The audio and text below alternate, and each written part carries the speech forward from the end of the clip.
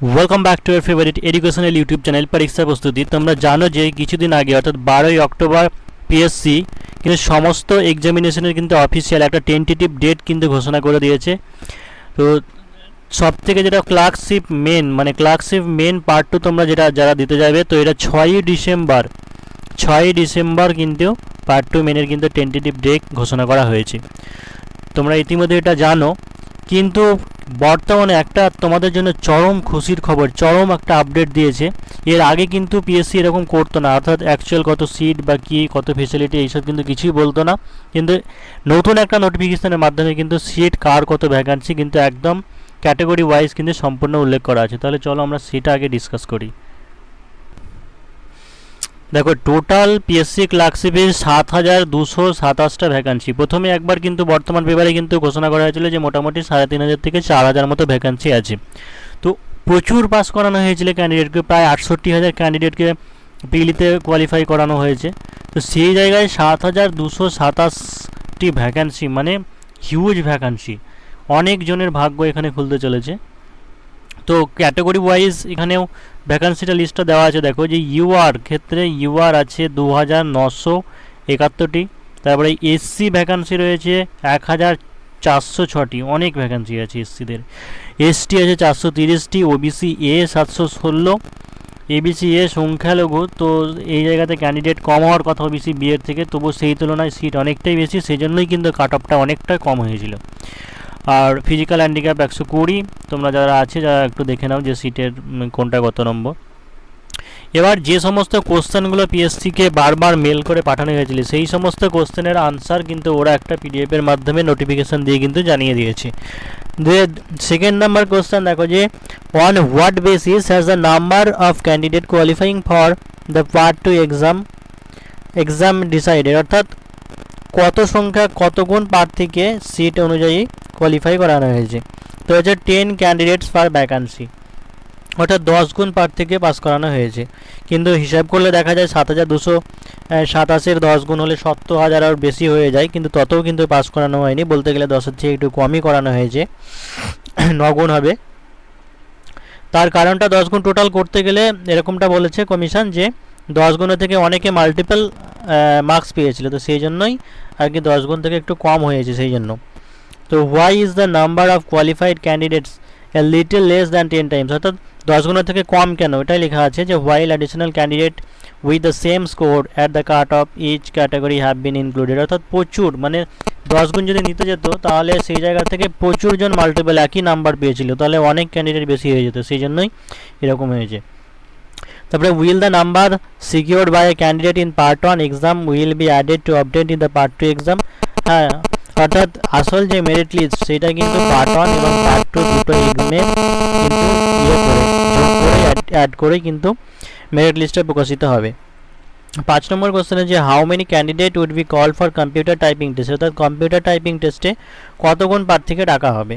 তো candidate would be call for computer type test as per the vacancies noted at the serial 1 above, অর্থাৎ if some candidate fail to qualify in the computer test, অর্থাৎ 1.2 গুণ 1.5 গুণ 1.5 গুণকে computer টেস্টে ডাকা হবে। এবার সেইখানে যদি কম্পিউটার টেস্টে টাইপিং টেস্টে যদি ফেল করে তাহলে পরের লিস্টে যাদের নাম থাকবে তাদেরকে আবার নতুনভাবে কিন্তু কল করা হবে, এটাই বলা হয়েছে। এটা সিরিয়াল নাম্বার 1 এবং তোমাদের আসল যখন নোটিফিকেশান বেরিয়েছিল তখন সেখানে লেখা আছে, আমরা তোমাদেরকে সেখানে নিয়ে যাচ্ছি একটু পরে, তার আগে কোশ্চেনগুলো দেখে নিই। 6 নাম্বার হচ্ছে are the candidate required to produce any certificate regarding computer knowledge আর টাইপিং, বলছে কোনো কি টাইপিং টেস্ট বা কোনো কম্পিউটার সার্টিফিকেট প্রডিউস করতে হবে না, কোনো কিছুই সার্টিফিকেট লাগবে না, কিন্তু তোমাকে টাইপিং টেস্টটা জানতে হবে। সেটা কত speed, what are the qualifying standards for computer typing, ইংলিশের ক্ষেত্রে 20, অর্থাৎ প্রতি মিনিটে 20টা শব্দ, আর বেঙ্গলিতে যারা সিলেক্ট করেছে তাদের বেঙ্গলির ক্ষেত্রে 10টা শব্দ। What will be the language in which computer test would be taken, অর্থাৎ কোন ল্যাঙ্গুয়েজ চুজ করা যাবে, এটা ইংলিশ বা বেঙ্গলি। এখানে একটা ভাইটাল পয়েন্ট যে তুমি যখন ফর্ম ফিল আপ করেছিলে তখন সেই টাইমে কিন্তু এটা চুজ করতে হয়েছিল ইংলিশ বেঙ্গলি, তো এই জিনিসটা অনেকে হয়তো বুঝতে পারেনি। এই টাইপিং টেস্টে হয়তো ইংলিশে করতে যাবে কিন্তু বেঙ্গলি ওখানে সিলেক্ট করে দিয়েছে না বুঝে, এরকমটা অনেকেরই হয়েছে। তো এই নিয়ে অনেকে ওয়েবসাইটে পিএসসিতে মেল করেছিল যে চেঞ্জ করা যাবে কিনা, কিন্তু ওরা একদম বলে দিয়েছে যে কোনো কারেকশান পসিবল না। তো দেখা যাক কী করে, যে পিএসসি আর কোনো মডিফাই করার সুযোগ দেয় কিনা। Will the pH category candidate will be allowed additional for the written test, অর্থাৎ রিটেন টেস্টের ক্ষেত্রে কি তাদেরকে বেশি টাইম দেওয়া হবে? হ্যাঁ, 20 মিনিটের তো ছিলই। আর আরেকটা ইম্পর্টেন্ট কোশ্চেন যেটা হচ্ছে যে হ্যাঁ, এই যে 11 নম্বর, যে is it possible to correct mistakes made during filling of the online form like choice of posting category and other particular choice of language, অর্থাৎ কোনো রকমের পরিবর্তন কি সেটা করা যাবে, মডিফাই কি করা যাবে? একদম ক্লিয়ারভাবে লেখা আছে যে নো, কোনো মডিফাই করা যাবে না। আর 12 নম্বর হচ্ছে will the part 2 exam be conducted by PSC in Kolkata only, শুধুমাত্র পার্ট 2 এর এক্সামের মেন এক্সামটা কি শুধু কলকাতাতেই হবে?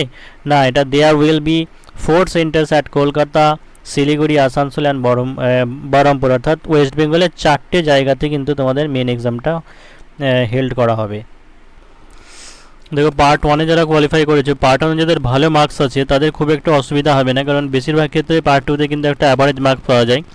তাহলে অ্যাভারেজ মার্কস বলতে যে তোমার লেখার ক্যাপাবিলিটি নেই তবুও কী পাবে সেরকমটা না, তবে মোটামুটি লিখলে খুব একটা হেরফের হয় না। তো পার্ট 2-তে তোমরা জানো, তাও একবার বলে দিই যে দেখো, ড্রাফটিং এ রিপোর্ট ইংলিশ, অর্থাৎ একটা ইংলিশের ক্ষেত্রে তোমাদের রিপোর্ট রাইটিং থাকবে, কন্ডেন্সিং বা সামারি লেখা থাকতে পারে বা প্রেসিস লেখা থাকতে পারে, আর ট্রান্সলেশন ফ্রম বেঙ্গলি, হিন্দি, অর্থাৎ যে যা চুজ করছো। তুমি যদি কোনো উর্দু নিয়ে থাকো তাহলে উর্দু থেকে তোমাকে ইংলিশে করতে হবে, হিন্দি নিয়ে থাকলে তোমাকে হিন্দি থেকে ইংলিশে করতে হবে, বা সাঁওতালি থেকে ইংলিশে করতে হবে, ইংলিশ পেপারটাই। আর পার্ট বি যেটা আছে বেঙ্গলি পেপার, বেঙ্গলিতে তোমাকে সেম একই কী করতে হবে, তোমাদের বেঙ্গলিতে থাকবে, সেটাকে বেঙ্গলি থেকে তোমাদের এটা ইংলিশে দেওয়া থাকবে, translate from English into Bengali, অর্থাৎ ইংলিশ থেকে তোমাদেরকে কী করতে হবে, বেঙ্গলিতে করতে হবে, বা যারা হিন্দি নিয়েছে হিন্দিতে করতে হবে, বা উর্দুতে করতে হবে। ঠিক আছে, এই জিনিসটা আছে।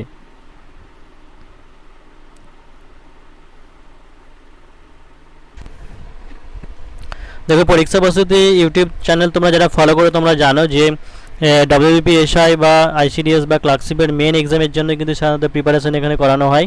এর আগে প্রচুর তোমাদেরকে ট্রান্সলেশন বলো, প্রেসিস বলো, বা রিপোর্ট রাইটিং বলো, প্রচুর কিন্তু আগে আপলোড করা হয়েছে, তাই তোমরা সেখান থেকে গিয়ে আগেগুলো দেখে নিতে পারো।